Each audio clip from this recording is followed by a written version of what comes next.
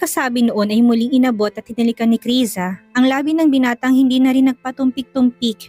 Napigilan ang kanyang nararamdamang pananabik.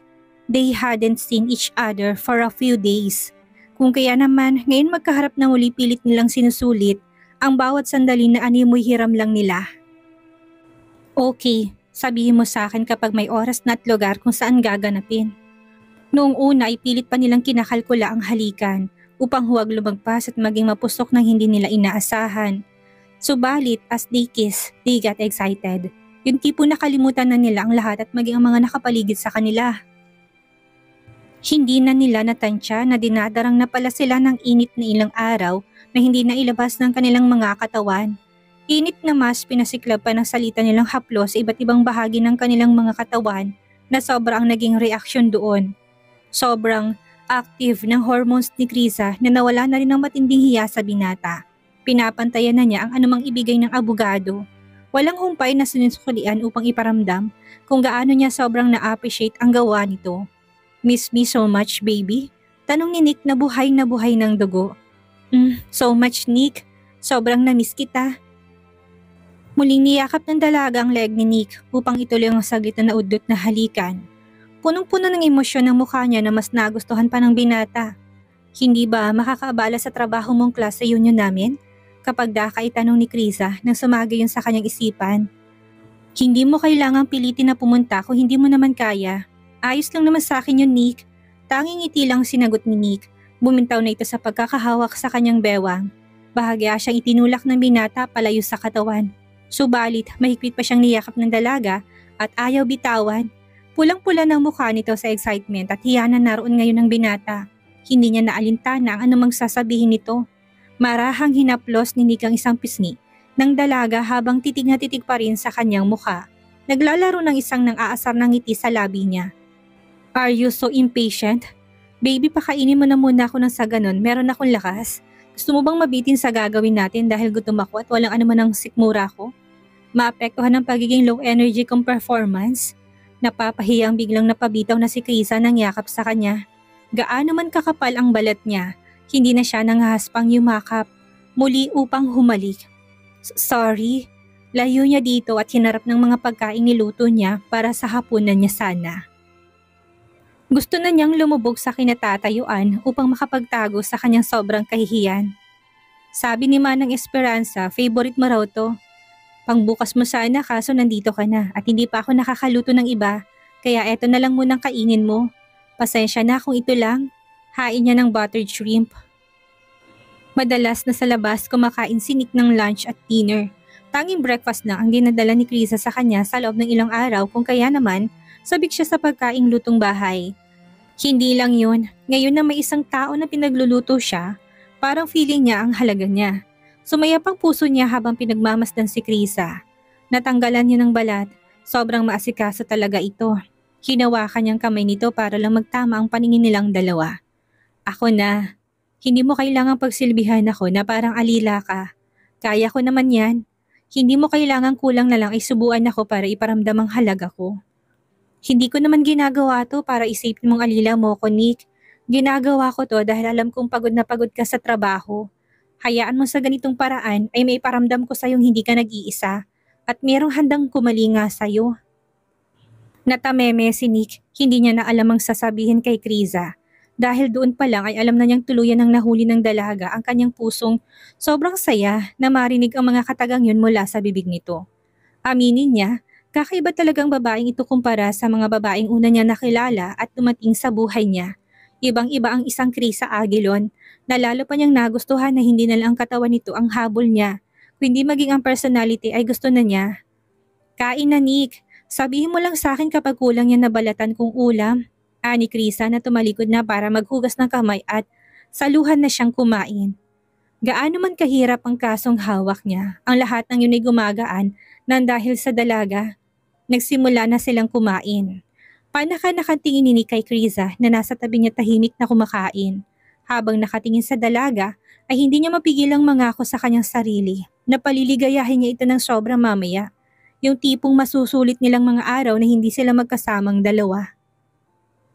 Hindi lang basta mamaya, gusto niyang paligayahin ito habang nabubuhay silang dalawa. May dumi ba ako sa mukha? Sita ni Krisa kay Nick nang tumagal pang paninitig nito sa kanya na napansin na niya ang akala niya saglit lang yun. Wala. Bakit ganyan ka kumakatingin? Iniisip ko kasi na parang mas masarap ka yata dito sa aking kinakain. Parang gusto ko nang matapos kumain para magawa na kitang panghimagas after kumain ng dinner. Napakurap na si Krisa upang tanggalin kaagad ang gumuhit na hiya sa buong katawan. Tama ba yung narinig niya? Gusto siya nitong gawing panghimagas. Mukha namang hindi nagbibirong binata habang sinasabi yun sa kanya. Umismit siya upang itago pang excitement na nadoble na sa kanyang katawan. Puro ka talaga kalokohan dyan, Nick. Bilisan mo na nga kumain na makapagpahinga ka na. Hindi yung kung ano-ano pang naiisipan mong gawin. Nag-iwas ng tingin si Krisa. Natatakot siyang mabasa ng binatang parehong tumatakbo sa kanilang isipan ng mga sandaling iyon.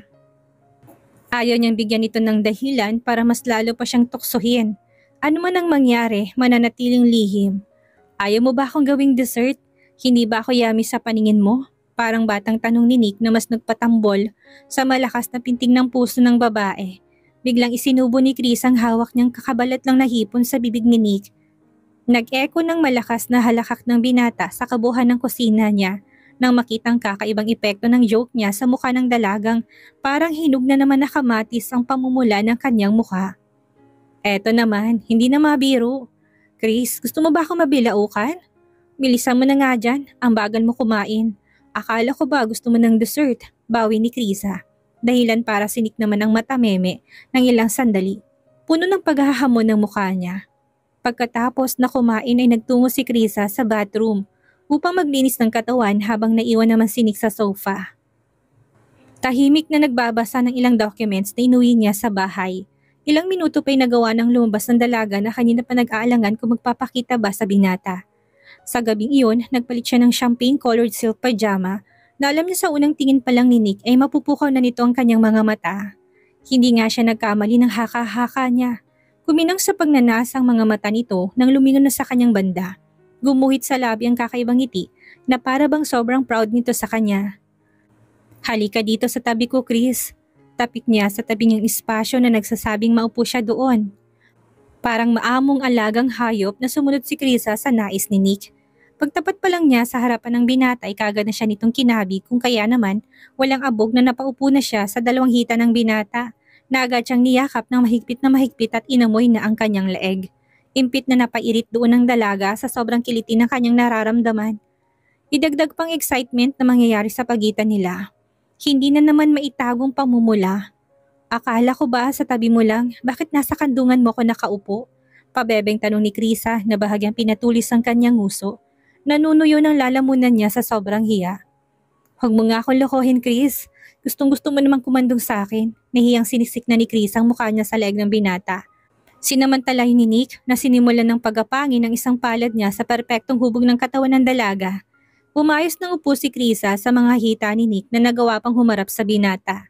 Sa halip na pilitin niya umalis, niyakap na lang niya ang tagpong iyon at sinuklian ng tahimik na ginawa ang pagpaparamdam sa kanya ni Nick. Kailangan niyang galingan nang sa ganoon ay tuluyan niyang makuha ang loob nito gaya ng sabi ni Rita. Kailangan niyang paligayahin ng binata at ibigay ang lahat ng gusto nito para pahalagahan. Oh Nick, sobrang namiss kita.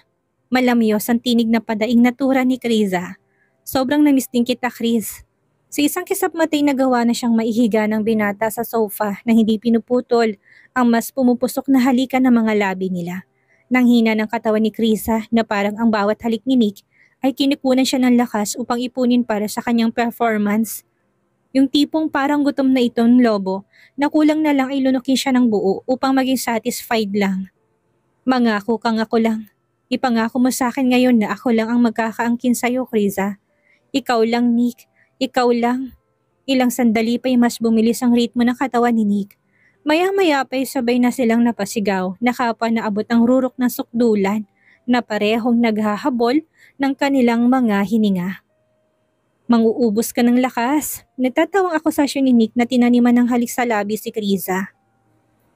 Nananatiling nakahiga, nakatakip ang isang palad sa mukha, bunga ng umariba na namang hiya. Napangiti na doon ang binata, batid niyang nahihiyang dalaga sa kanya. Yumukod siya tinabot nitong bahagyang nakabukang bibig ni Krisa upang saglit na halikan niyang muli yon. Salamat sa masarap na dessert, baby. Kinabukasan ay nagising si Kriza na masakit ang buong katawan. Paano kasi pagpasok nila ng silid ni Nick ay muli silang nagniig. Gustuhin mang tumanggi ni Kriza, hindi na niya nagawa pa. Bakit? Nalimpungatan na lang siyang nakabaon ng sandata ni Nick at pinapaliguan na naman siya nito ng mainit na mga halik. Wala naman siyang choice kung hindi ang yakapin ng tagpong iyon. Naaminin niyang gusto rin naman niya. Nang idilat niyang mga matay, naghatagpuan niya si Nick na nagayos ng suot ng necktie. Nakaligon at ready na itong pumasok ng trabaho. Good morning, pagbati ni Krisa sa kabila ng pamimigat ng pakiramdam niya. Nang makita siya ng abogado na gising na ay malapad tong ngumiti at yumukod upang bigyan siya ng good morning kiss. Hindi na naman yun inaasahan ng dalaga. First time na namang na-experience niya yun sa kanya. Nagatubili si Krisa na gantihan siya ng halik dahil hindi pa nga siya nakakapag-toothbrush ng ngipin. Hindi pa rin siya nakakapaghilamos ng mukha niya. I have to go to meeting soon. You can sleep a little longer, Chris. Siya nga pala, Manang Esperanza is taking a day off today. Konyo nitong wika na nakatingin pa rin sa reflection sa salamin. Knowing na wala si Manang Esperanza, gustong bumangon ni Chris at ipaghanda siya ng almusal. Marahang itinulak pababa ni Nick ang kanyang katawan na makitang pagtatangka niya. Malalim na mga tingin nito sa kanya na parang sinasabing siya ang bata sa kanilang dalawa. Alam kong iniisip mo. Huwag ka na mag-abala pang ipagluto ako, Chris. Uutusan ko na lang mamaya habang nasa biyahe ang sekretary ko na bumili ng magiging breakfast ko ngayon. Pero sige na, Chris. Matulog ka na ulit. Huwag mo akong intindihin. Sa halip na makipagtalo ay muling umayos ng higa si Krisa sa kama. Noon lang niya na-realize na suot ng binatang shirt na binili niya. Malamang sinadya yun ng abogado bilang appreciation sa effort na pagbili niya. Napanguso na doon si Krisa. Bagay na bagay kasi yon sa abogado gaya na lang ng mga nasa imahinasyon niya. Mas naging gwapo to sa kulay kapeng shirt na ang partner ay gray trousers with burgundy thin stripe tie. Sa tingin nga niya mukha itong mas bumata pa sa edad niya. Sabi mo hindi mo ko binilhan? Kung ganon, saan pala to nanggaling? Nanunuksong matang baling sa kanya ni Nick nang mapansin ang paninitig ni Krisa sa kanyang kabuuhan. Tanda ko kung alin ang mga damit na meron ako. Huwag mo na itanggi dahil nahuli na kita, Chris. Bago pa man makapagsalita si Krisa ay sinipat na niyang oras sa rilong nasa bisig. Muli siyang lumapit kay Krisa. Yumukod at sinil naman ang dalagang ilang segundong halik bago tuluyang umalis. Mag-chat ka lang sa akin kapag may kailangan ka. Mag-reply ako sa'yo. Gaano man ako ka-busy. Maliwanag, Chris. Tumango lang doon ang dalaga na nakatingin sa paglabas niya ng silid. Nang sumara ang main door ay pinakawalan na ni Krisa ang ipit ng mga irit na kinikilig na kanina pa niya pinipigilan. Itinaas niya pa ang dalawang paa sa ere na sinipa-sipa. Agad din naman niya yung ibinaba ng maramdaman ang mahapding pagkapabai niya na para bang naparusahan ito ng sobra. Shit, Nick, bakit ganyan ka sa akin ha? After ng lunch ay nag-aya si Rita na magkita sila sa coffee shop. Pinagbigyan niyang kaibigan. Pagkaupo pa lamang ni Krisa sa harap nito'y patapon na nitong ibinigay ang invitation ng reunion. Saturday night, business hall on the second floor of Hotel Plaza. Recite na kaibigan niya sa detalye. Tinanggap yun ni Krisa at pinagmasdang mabuti matapos na buklat-buklatin niya. Tumikim na si Rita upang kunin ang atensyon ng kaibigang si Krisa. Ano, may balita na ba kay Atty. Betancourt? Sa tingin ko naman hindi ka na matitiis eh. Hindi mapigilan ni Chris ang nangyari sa kanila nitong nagdaang gabi. Inayos niyang pagkakaupo. Dama pa rin ang pamamaga ng kanyang pagkababae sa ginawa nila ng abogado. Sa isipin yun ay namulan ng mukha niya. Bumilis ng muli ang tibok ng kanyang puso ngayon. Tama ka. Sa tingin ko isasama siya sa akin at wala naman yung magiging problema. Nakahinga na doon ng maluwag si Rita. Muli niyang itinulak si Krisa gamit ang kanyang braso at sinipat niya ito ng pilyo. Gamit ang kanyang mga batang patuloy na nanunukso. Sabi ko naman sa'yo eh. Mabilis kausap ang lalaki kapag pinasaya mo at binigay mong gusto. Kindat pa nito na meron ng kakaibang kahulugan para sa dalaga. Dahil tama nga doon si Rita. Kamuntikan ng maibuga ni Chris ang kapeng nasa kanyang bibig. Tinapik-tapik ni Rita ang likod niya upang aluin siya kahit napuno pa rin ang kalokohan ng kanyang mga matang nakatingin doon. Alam mo ba na narinig ko mula sa mga marites na ayaw daw sanang pumunta ni Alex? Pero nung malaman niyang pupunta ka, aba, biglang nagbagong isipan niya. Nagbigay pa raw ang kumag ng malaking halagang pambayad ng drinks ng klase natin. Iba rin talagang yabang niya, hindi ba? Ngayon pa yata siya tinamaan sa'yo kung kailan na may Nick Bentacourt na sa buhay mo, girl. Asa siya. Hindi niya naman din kailangan pumunta. Anong gagawin niya kasi dun? Exactly. Hayaan mo na. Basta kampante na rin naman ako ngayon na hindi ka naapektado kapag nababanggit ang pangalan niya. Tama yan, Krisa. Kaya Attorney Nick ka na lang. Choose him. Mariing napapikit ng mata si Krisa. Bigla kasing sumagi sa isip niyang pakiusap nito sa kanya lang. Noong mga sandaling magkaulayaw sila, hindi na naman niya mapigilang mag-react ng katawan niya. Feeling niya kanig pa rin yung abogado kahit kagabi pa yun natapos. Naririnig pa rin niyang tinig nitong iba ang dating sa kanyang pandinig. Ganun pa man, hindi niya pa rin mapigilan ang sariling makaramdam ng lungkot. Wala naman kasi itong ibang pangako sa kanya. Ayoko pa rin umasa ng sobra sa kanya, Rita. Imposible na magtagal kami. Bakit naman? Wala naman siyang girlfriend Temporary lang ang usapan namin. Hindi naman yung pangmatagalan. Saka wala kaming relasyon. Anong mahirap doon? Di gumawa ka ng paraan para magkaroon kayo ng relasyon? Ang simple. Ako manliligaw? Pwede, pero gamitin mo na lang ang alindog mo at sigurado kung hindi ka na niyang pakakawalan oras na matikman ka niya. Believe me, proven and tested ko na yan noon sa asawa ko ngayon, Kriza. Hagikik pa ni Rita na pulang-pula na ang buong mukha habang inaalala niya yon.